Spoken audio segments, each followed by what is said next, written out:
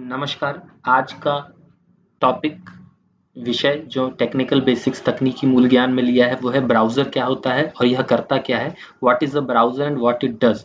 आपने ब्राउज़र के बारे में बहुत कुछ सुना होगा। आप डेली ब्राउज़र को कई बार यूज़ करते होंगे। इंटरनेट पे लगभग हर काम आप ब्राउज़र पे ही करते हैं। देखिए, एक्चुअली ब्राउज़र क्या होता है, ये एक तरह का सॉफ्टवेयर एप्लीकेशन होता है। हमने पहले भी देखा जाना था कि कंप्यूटर लैपटॉप्स में जो हार्डवेयर वाला पार्ट है जो हमको दिखता है, उसके अलावा सारी चीज़ें उसमें लगभग सॉफ्टवेयर होते हैं जो कि किसी न किसी ने कोई कोड लिखा होता है। तो इसी तरह से ब्राउज़र का भी कोई कोड होता होगा, उसे भी किसी ने लिखा है। लेकिन ब्राउज़र करता क्या है? पूरी दुनिया में जितनी भी चीज़ें हैं, अगर हम बहुत साधारण भाषा में देखें तो अगर हम facebook.com पे जाते हैं, google.com पे जाते हैं या किसी अन्य वेबसाइट पे जाते हैं, किसी गवर्नमेंट वेबसाइट पे जाते हैं, तो वो सारी की सारी वेबसाइट्स कहीं ना कहीं वेब सर्वर पर रखी हुई है, जिसको हम बोलते हैं वर्ल्ड वाइड वेब। www। आप कोई वेबसाइट जब टाइप करते हैं, जब हमें शुरू में बताया जाता है तो वो इसी तरह से बताया जाता है कि बोलचाल की भाषा में हम बोलते हैं google.com। लेकिन एक्चुअली वैसे शुरुआत में हमें ये सुनने में आता है कि www.google.com, www.facebook.com। तो एक्चुअली ये वर्ल्ड वाइड वेब होता है www। वर्ल्ड वाइड वेब का मतलब है कि एक तरह का आप ये समझिए कि पूरी दुनिया में जो इंटरनेट की दुनिया है उसमें सारी वेबसाइट कहीं ना कहीं किसी न किसी वेब सर्वर पर रखी हुई है। तो हमारे लिए जो ब्राउज़र है, जब हम लिखते हैं कि भाई हमको google.com देखना है, हमको facebook.com देखना है, तो वो वेब सर्वर पे जाके उसको तलाशता है और फिर वो ब्राउज़र हमारे पास उसको लाके दिखाता है, तो वो हमें सामने दिखाई देता है। तो ये जो प्रक्रिया है ब्राउज़र की, अगर वो ब्राउज़र बीच में ना हो तो हम ना किसी वेबसाइट को कभी खोल ही नहीं सकते और कोई तरीका इसका नहीं है देखने का। अब आप ये समझिए कि मोबाइल पे कैसे होता है। अब मान लेते हैं एक वेबसाइट है हमारी youtube.com। अब youtube.com का मोबाइल पे तो ऐप है, लेकिन हम उसको मोबाइल पे ब्राउज़र पे भी देख सकते हैं। मोबाइल पे भी अलग अलग तरह के ब्राउज़र काम करते हैं। इसके बारे में थोड़ा सा मैं डिटेल में जब ऐप वाला पार्ट आएगा तो उसमें और अच्छे से बताऊंगा, थोड़ा सा लाइव दिखाऊंगा। अब इसको एक इस तरह की कल्पना कर लीजिए आप कि पहले लाइव देखते हैं इसको तो आपको ज़्यादा क्लियर होगा।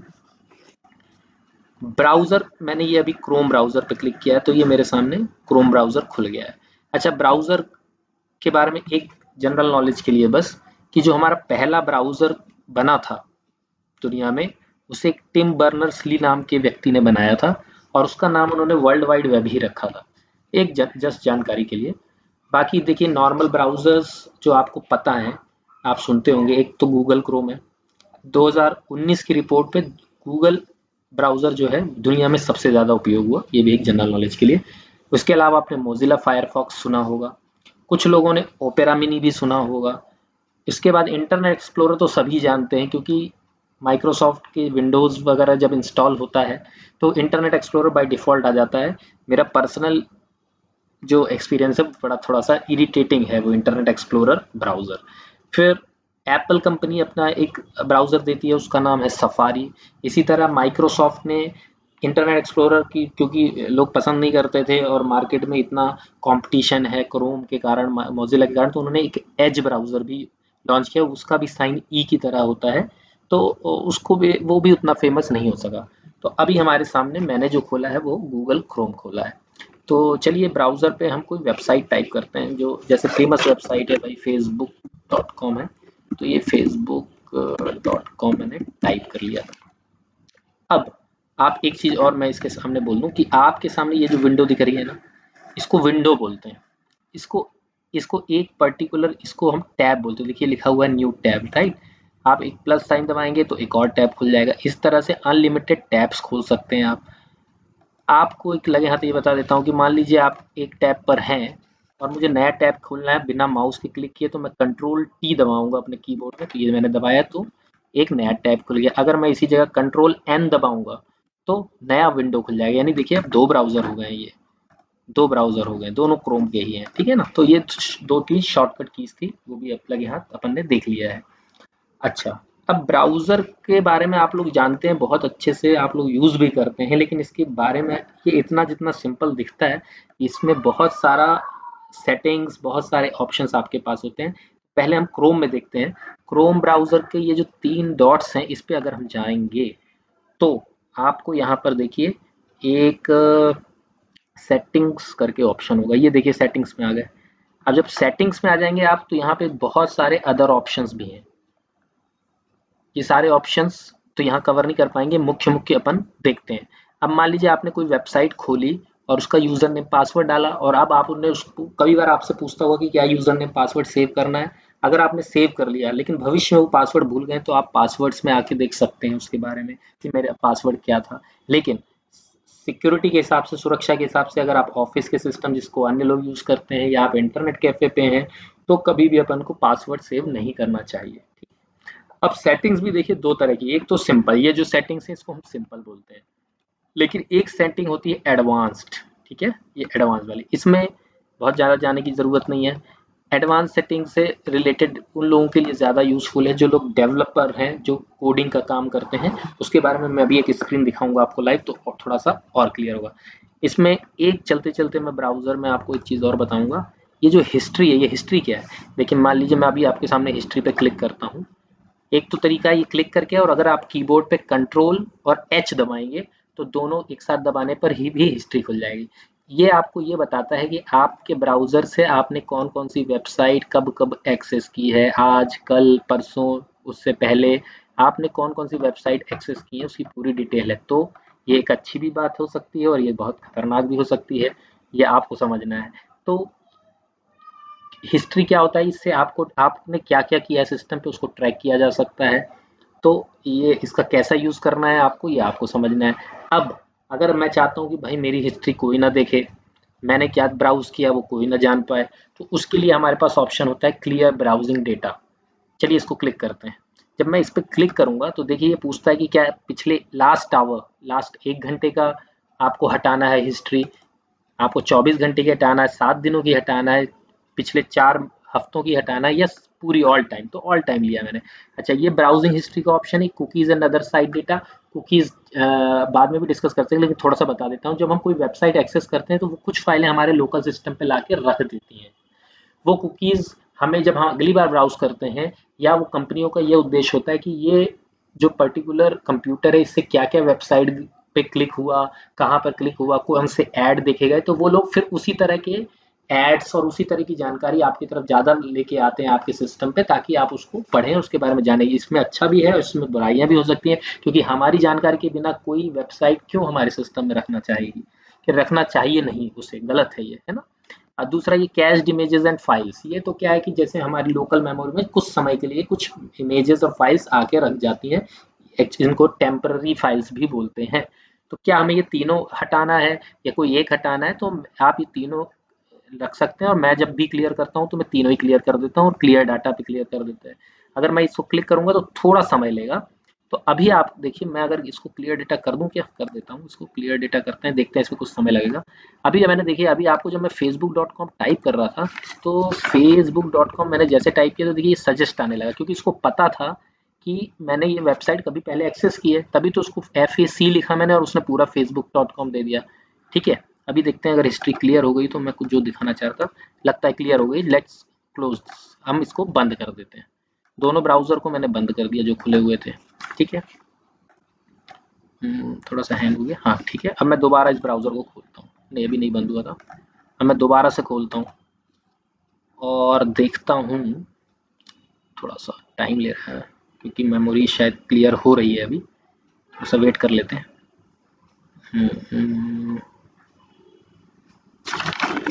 थिंक अभी नहीं हुआ,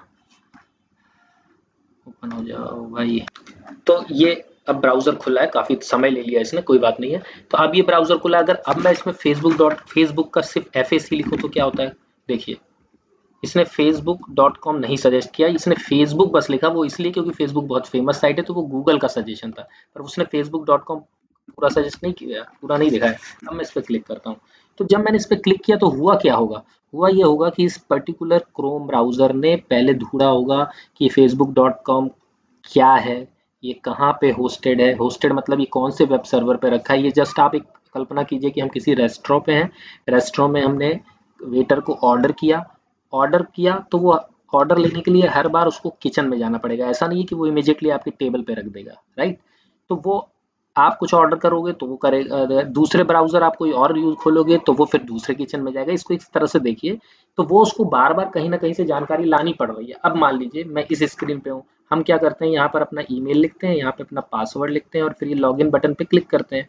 तो क्या होता है, तब फिर से वो ब्राउजर जो है रिक्वेस्ट भेजता है वेब सर्वर पर, और फिर वहाँ पे चेकिंग होती है कि यूजर नेम पासवर्ड सही है या नहीं है, और फिर वो हमारे पास जानकारी अगले पेज के लिए आती है, यानी जो हम लॉगिन कर लेते हैं। तो ये एक बार आना जाना एक तरह से वेटर का आना जाना किचन में लगा रहेगा जब तक हमारा खाना खत्म नहीं हो जाता, यानी हमारा जब तक जानकारी या हमारा हम इसमें अपना काम कर नहीं लेते। एक छोटी सी ये जानकारी थी।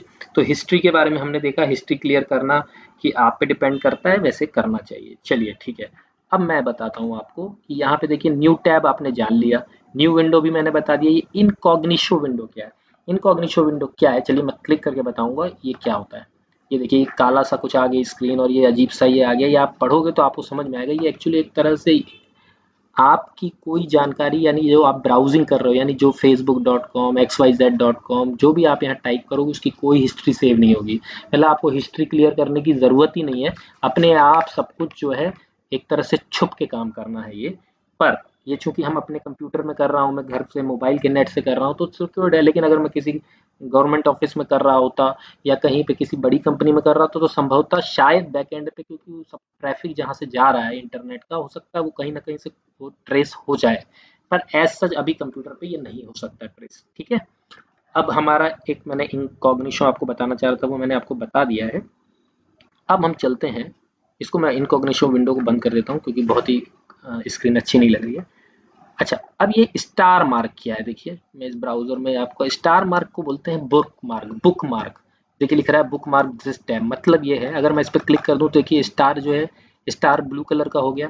इसका मतलब ये है कि जैसे हम बुक में अपना कभी कोई कागज लगा देते हैं, कोई रस्सी डाल देते हैं कि ये बुक मार्क हो गया पेज, या इस बुक मुझे आगे आके यहीं से पढ़ना है, या ये मेरा फेवरेट पेज है, या इस तरह का एक तरह से इसको समझा जा सकता है।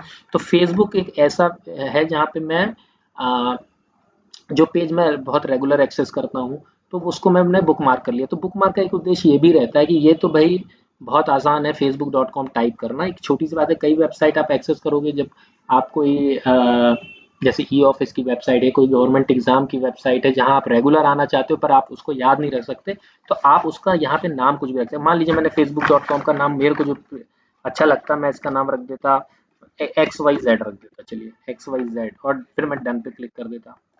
तो ये एक तो आपके यहाँ पे मिल जाता है कि आपने कौन कौन सी वेबसाइट जो है बुक मार्क की हैं, वो इस बुक मार्क्स वाले ऑप्शन में मिल जाता।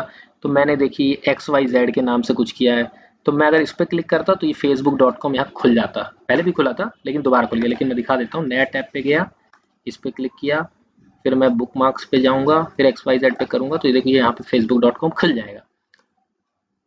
तो ये इस तरह का आप बुक मार्क कर सकते हैं। लेकिन मान लीजिए एक नए टैब में होता, मैं वहां से न जाके सीधा, मुझे याद नहीं रहता facebook.com लिखना, लेकिन मैं XYZ लिखता और XYZ एंटर करूंगा तो भी ये ऑप्शन दिखाने लगेगा XYZ facebook.com है, इस पर क्लिक करूंगा तो भी वही खुलेगा। तो ये आप ऑप्शंस आपके पास हैं। अच्छा, जाते जाते इसमें भी मैंने जैसे शॉर्टकट्स भी आपको बता रहा हूँ, तो आप भी मान लीजिए कोई वेबसाइट, कोई ऐसी वेबसाइट जो मैंने कभी खुली ना हो, एप्पल की कोई वेबसाइट, एप्पल, जैसे ये एप्पल इंडिया है, ठीक है ना, इसको मैं अभी ब्लॉक कर देता हूँ, मुझे लोकेशन नहीं, ये एक वेबसाइट खुली, अब मुझे इसको अपना बुक मार्क करना है। तो मैं अगर अपने कीबोर्ड में कंट्रोल और डी दबाऊंगा तो ये देखिए तब भी इसने दे दिया बुक मार्क ऑप्शन। तो कंट्रोल और डी आपको पता होना चाहिए, ब्राउजर में जब आप दबाते हैं तो वो आपको आपकी बुक मार्क की स्क्रीन खोल लेता है, ठीक है। जब आप, कुछ लोग, मुझे क्योंकि माउस से ज़्यादा कीबोर्ड पे काम करना अच्छा लगता है, तो वो आपको धीरे धीरे प्रैक्टिस से आएगा, और ऐसा ज़रूरी नहीं है कि कीबोर्ड का ही एक्सपर्ट हो, आप माउस से करना चाहें माउस से कर सकते हैं, ठीक है जी। अब मैं आपको क्या बताऊं, अब मैं आपको ये बताता हूँ कि आप देखोगे यहाँ पे ये राइट में कुछ कुछ चीज़ें दिख रही हैं, ठीक है। तो ये क्या कहलाते हैं, ये एक्चुअली एक्सटेंशंस हैं। एक्सटेंशंस मतलब क्या होता है कि ब्राउज़र तो अपने आप में बहुत पावरफुल है, लेकिन सबकी अलग अलग ज़रूरत होती है। हर इंसान ब्राउज़र के थ्रू अलग अलग काम करता है, कोई स्टूडेंट है, कोई टीचर है, कोई प्रोफेशनल है, तो सबकी अपनी अपनी ज़रूरतें हैं। तो उनके लिए क्या हो सकता है कि यहाँ पे हर ब्राउज़र बहुत सारे आपको एक्सटेंशन देता है ताकि आप कुछ नए फीचर अपनी ज़रूरत के अनुसार उसमें जोड़ लो। तो जैसे मेरे को एक ज़रूरत थी ये स्क्रीन रिकॉर्डर की, तो स्क्रीन कास्ट ऑटोमेटिक मैंने क्योंकि मुझे स्क्रीन रिकॉर्ड करनी रहती है तो मैंने वो एक्सटेंशन इसमें जोड़ रखा है। आप भी इसमें जोड़ सकते हो कोई भी। तो मान लीजिए मैं ये एक्सटेंशन वाले पे क्लिक करता हूँ तो मुझे ये दिख रहा है कि मेरे 2 एक्सटेंशन अभी जुड़े हुए हैं। मैं मैनेज में जाऊँगा एक्सटेंशंस में, तो ये जो मेरे में एक्सटेंशन जुड़े हुए हैं वो मुझे दिखाई दे रहे हैं, ठीक है। आप अपने अनुसार जोड़ सकते हैं।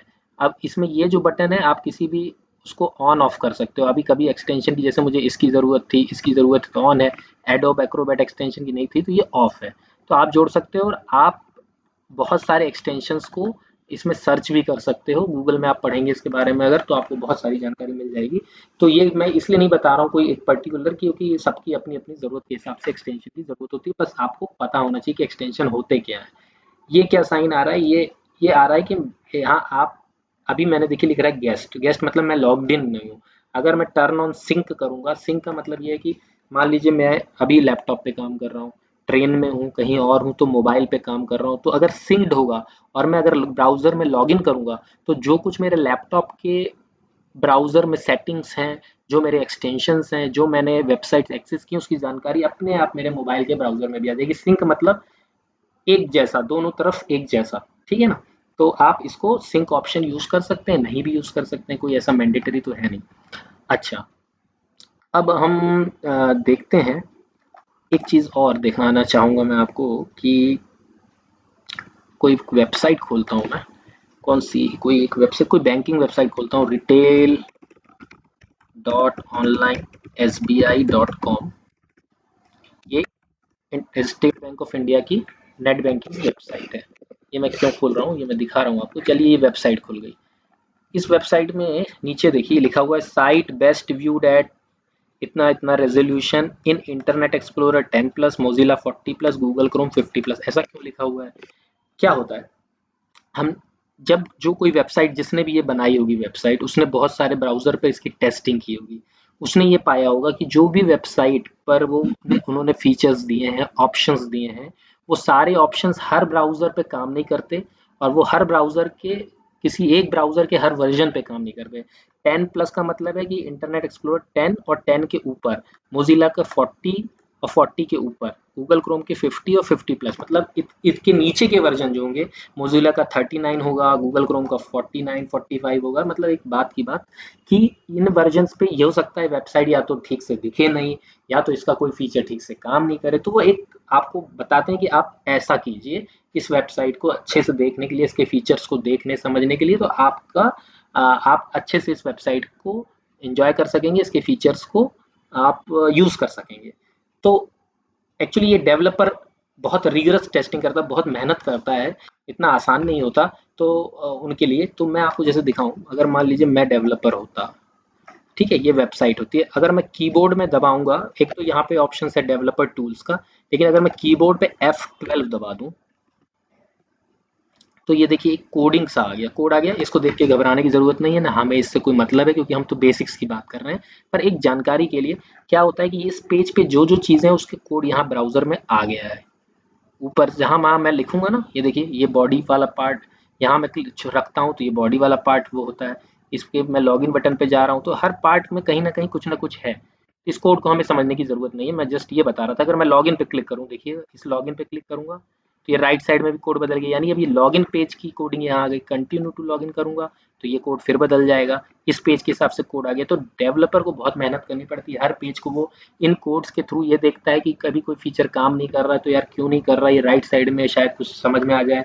क्योंकि ये बैक, इसको HTML पेज बोलते हैं, जो हमारे पास ये सामने दिखता है ना हमें, इसमें और भी टेक्नोलॉजीज हैं। HTML क्या होता है ये मैं बेसिकली आपको किसी न किसी वीडियो में जरूर बताऊंगा, क्योंकि थोड़ा सा जानकारी रहेगा तो अच्छा रहेगा।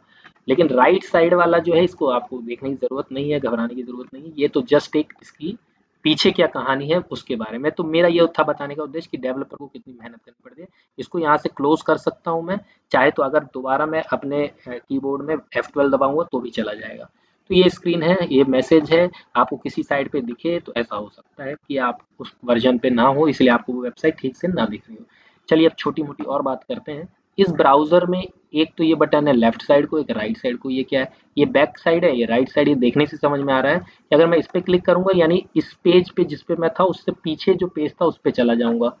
फिर मैं इस पे क्लिक करूंगा तो गूगल की इस वेबसाइट से हमने चालू किया तो वहां आ गया, फिर मैं आगे क्लिक करूंगा तो ये फॉरवर्ड, फिर उसी स्क्रीन पे आ जाऊंगा। ठीक है, छोटी सी बेसिक जानकारी।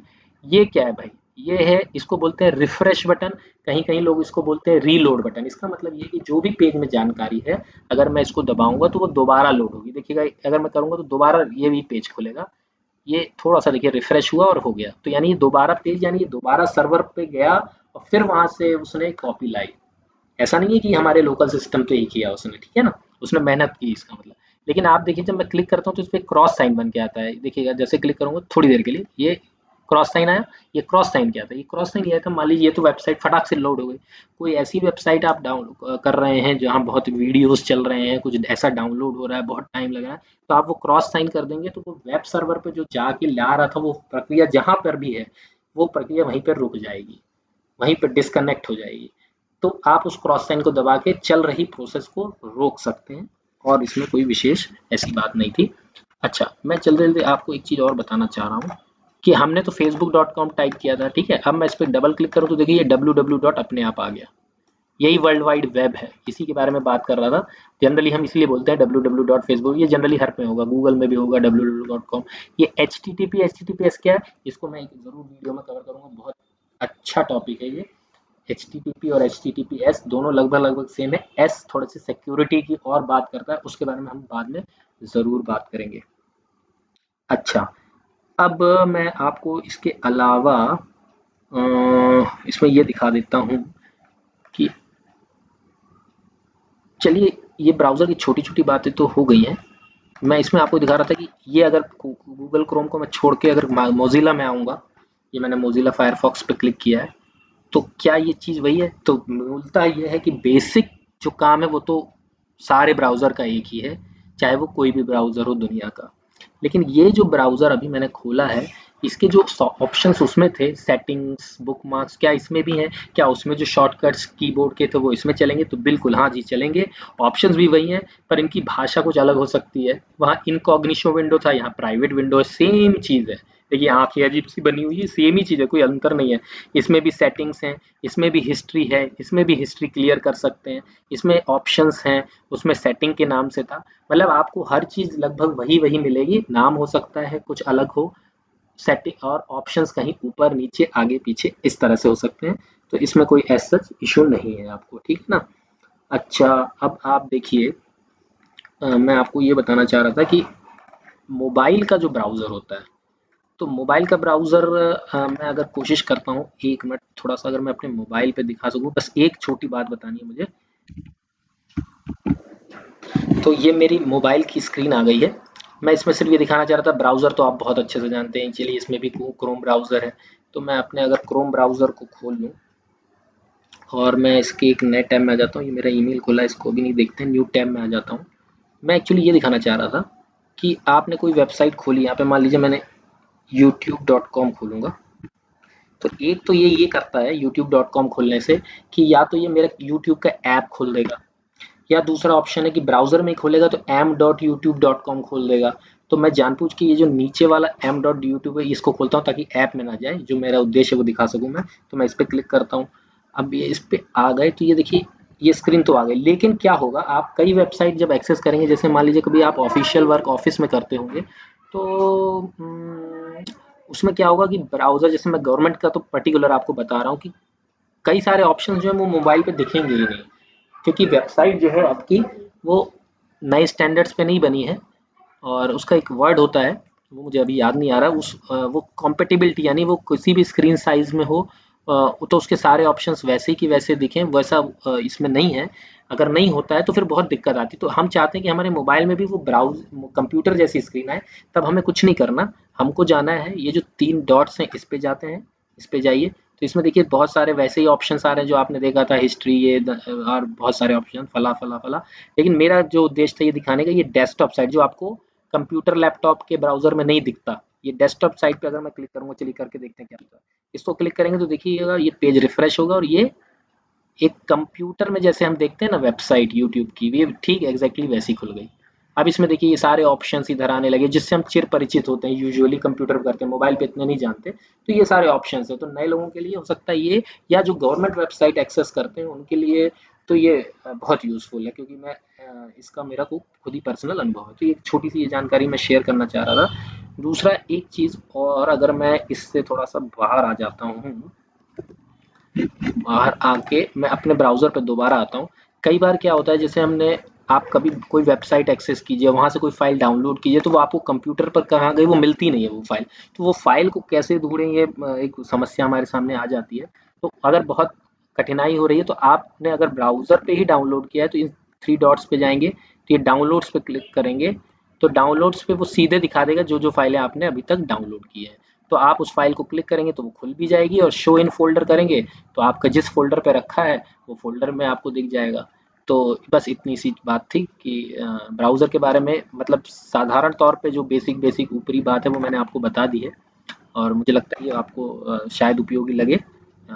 इस विषय को यहीं पे समाप्त करते हैं, बहुत टेक्निकलिटी में नहीं गए हैं हम। अगर आपको ठीक लगा हो तो कमेंट कीजिएगा, कुछ कमी लगी हो तो बताइएगा। बहुत बहुत धन्यवाद। Thanks a lot.